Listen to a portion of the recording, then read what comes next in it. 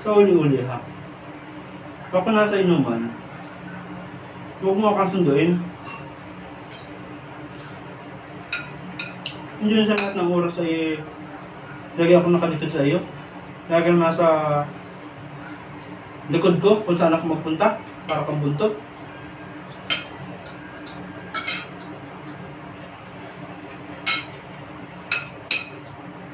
Pag minsan kailangan ko din mag-ano, nakadami sa mga kaibigan ko. Hindi lagi ako sok-sok lang sa iyo. Trabaho, tapos bahay, trabaho, bahay.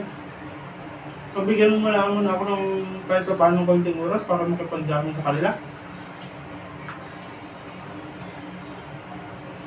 Hindi na lang magiging sunod ako ng sunod sa lahat ng mga gusto mo. Gusto mong mapalayas, kalimutan mong sino ako sa bahay na ito. Pag-impake kita ng mga damit mo. Yun ang sabi ni Paring. Yun ang sabi ni Paring Erning sa inuman kahapon. Pininto niya lang sa akin. Ayusin mo. Hindi, yun yung pininto lang. Paring Erning kahapon sa akin.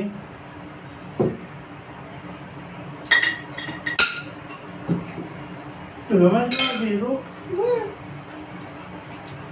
Joke lang yun. Pinto lang sa akin yun. Pininto ko lang din sa iyo. Napagpintuhan namin.